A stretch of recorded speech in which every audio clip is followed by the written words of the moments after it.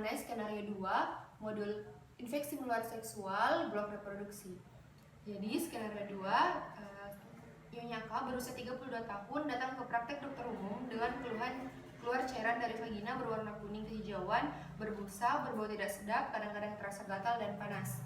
Untuk skenario 2 ini, saya akan membahas mengenai aspek sentralnya, informasi tambahan, hubungan data dengan aspek sentral, hubungan sebab akibat atau faktor resiko, hipotesis, pemeriksaan penunjang, rencana penanganan, dan edukasi. Yang pertama, saya akan membahas mengenai aspek sentralnya terlebih dahulu.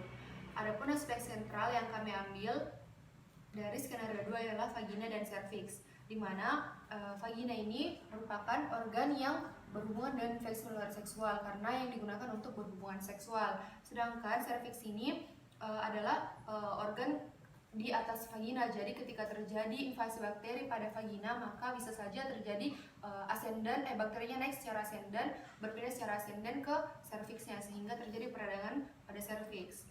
Nah, untuk selanjutnya saya akan membahas mengenai informasi tambahan, di mana informasi tambahan merupakan informasi yang kita dapatkan dari dosen pengampu di luar dari skenario. Adapun yang didapatkan itu mengenai anamnesis, pemeriksaan fisik, dan pemeriksaan tambahan.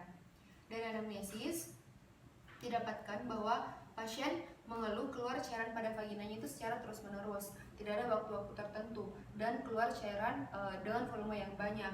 Selain itu, pasien riwayatnya sudah menikah, tetapi sekarang baru sampai single parent, dan untuk aktivitas seksualnya itu meningkat dengan berganti-ganti pasangan atau dengan pasangan yang berbeda-beda.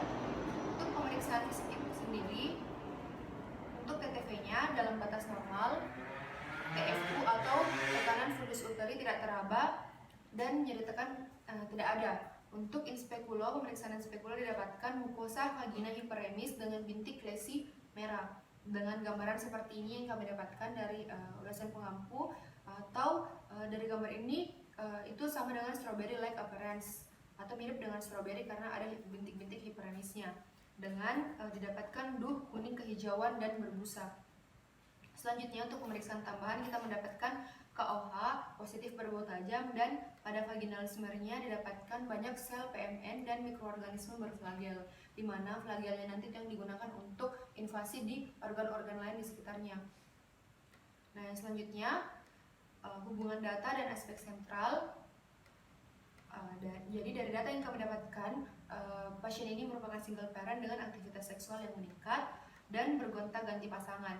Nah, sehingga dia bisa terjadi infeksi pada bagian genitalnya, khususnya pada bagian vagina, yang mengeluarkan cairan vagina yang berbau dan berbusa, juga hiperemis pada dinding vaginanya. Selanjutnya, saya akan membahas mengenai hubungan sebab akibat atau faktor resiko yang didapatkan. Nah, pada skenario ini faktor resikonya itu sering berganti pasangan seksual atau berhubungan seksual dengan orang yang berbeda-beda.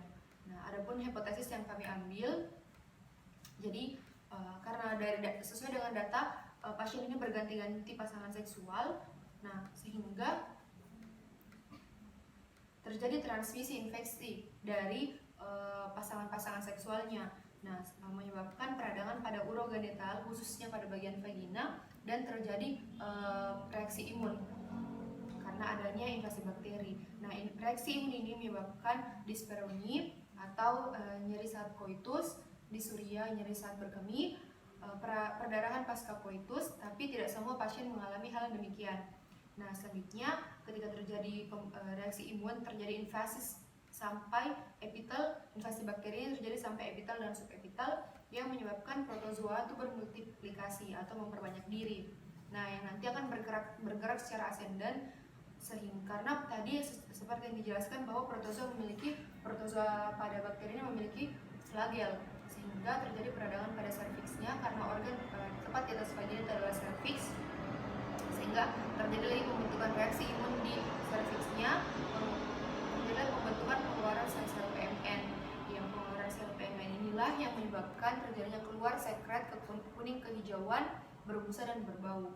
Nah, sedangkan reaksi imun tadi itu juga menyebabkan hiperemis dan timbul granul merah di dinding vagina dan serviks yang disebut strawberry like appearance. Nah, strawberry like appearance ini sangat khas pada penyakit yang disebut trichomoniasis atau yang disebabkan oleh Trichomonas vaginalis. Jadi untuk diagnosis kerja pada skenario ini adalah trichomoniasis. Nah, selanjutnya saya akan membahas mengenai pemeriksaan penunjang, apa-apa saja yang bisa dilakukan untuk menegakkan diagnosis ketika kita sudah mendapatkan gejala-gejalanya. Ada 5. Yang pertama, pH vagina. Kita bisa mengukur pH vagina menggunakan kertas lakmus, di mana pH vagina normal itu sekitar 3,5 sampai 4, tetapi pada trichomoniasis itu 5 sampai 7,5. Nah, untuk selanjutnya dilakukan pewarnaan, bisa pewarnaan GEMSA atau acrylic orange, terus kultur, serologi ELISA, PCR, bisa juga dilakukan PCR atau LCR.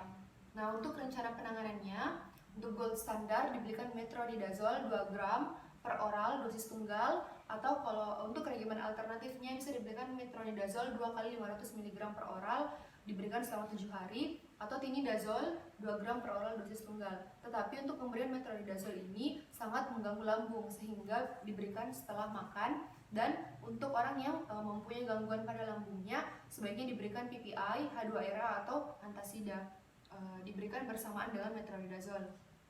Untuk edukasi sendiri, kita bisa karena tadi faktor risiko dari penyakit ini adalah bergonta-ganti pasangan seksual, maka kita edukasi pasien untuk seks aman dengan satu pasangan atau dengan pemakaian kondom saat berhubungan, dan juga untuk menjaga hygiene khususnya di daerah genitalnya. Nah, itu tadi penjelasan mengenai skenario 2 dari saya. Nah, adapun kesimpulannya itu, jadi kami mengambil diagnosis kerja yaitu trichomoniasis yang disebabkan oleh Trichomonas vaginalis. Untuk DD-nya atau diagnosis bandingnya yaitu ada bakterial vaginosis dan candidiasis, di mana perbedaannya untuk candidiasis itu sekretnya warnanya kekuningan, kuning seperti keju, dan didapatkan pada KOH-nya pseudohifa. Sedangkan untuk bakterial vaginosis dia warna sekretnya itu abu-abu homogen dan didapatkan kulusel. Itu saja yang bisa saya jelaskan, semoga bermanfaat. Assalamualaikum warahmatullahi wabarakatuh.